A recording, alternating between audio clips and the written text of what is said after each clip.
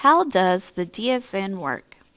In the game and in real life, the Deep Space Network has three big antenna complexes evenly spaced around the world. There is one in California, one in Spain, and one in Australia. That means that as the world turns, at least one antenna complex can always contact the spacecraft no matter where they are in the sky above Earth.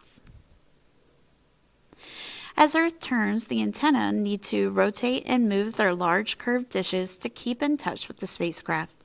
What happens when the spacecraft appears to set over the horizon from the antenna's point of view? The spacecraft signal is picked up by another DSN antenna complex on the other side of the world. Wondering why those big dishes around the antenna are so important?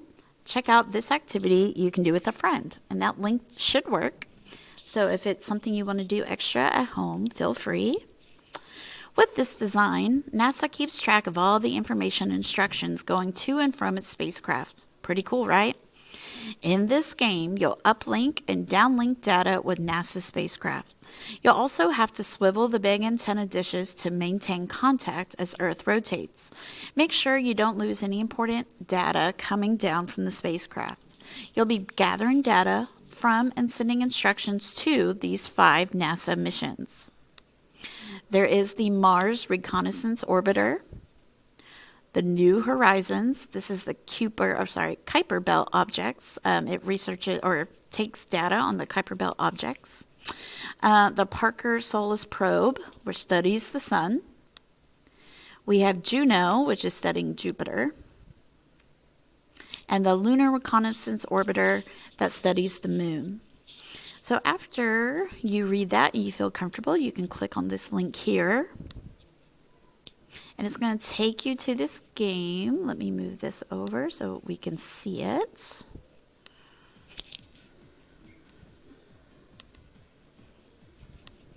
That was a little loud. I don't know if y'all could hear that. That was really loud.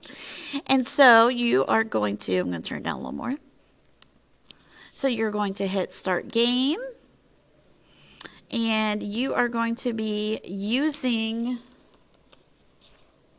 the arrows on your computer, or you can use A and D.